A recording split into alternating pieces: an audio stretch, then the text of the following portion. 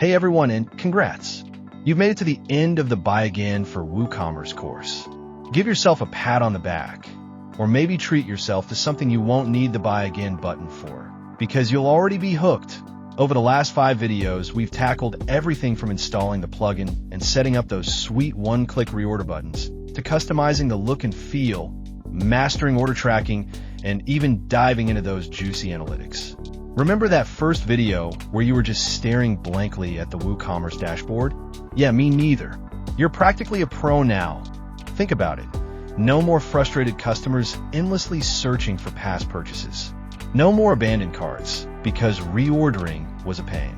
Just pure, streamlined purchasing bliss. And happy customers mean happy. Well, cha-ching. But the learning doesn't stop here. The Buy Again plugin is super flexible, so play around with the settings, experiment with different placement for those magic buttons, and see what works best for your store. Maybe put one on your homepage to tempt people.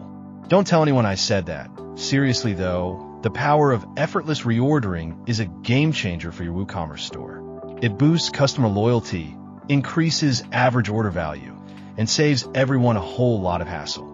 It's like giving your customers a VIP pass to the express checkout lane of online shopping. Now go forth and conquer the world of repeat business. And if you have any questions or run into any snags, remember the resources we've covered throughout the course. The documentation is your friend, and the support forum is full of helpful folks, and maybe even me. Don't forget to subscribe to this channel for more WooCommerce wizardry, tips, and tricks. And who knows, maybe we'll explore even more advanced Buy Again features in the future. Thanks for joining me on this journey. It's been a blast. Now go make some magic happen in your WooCommerce store.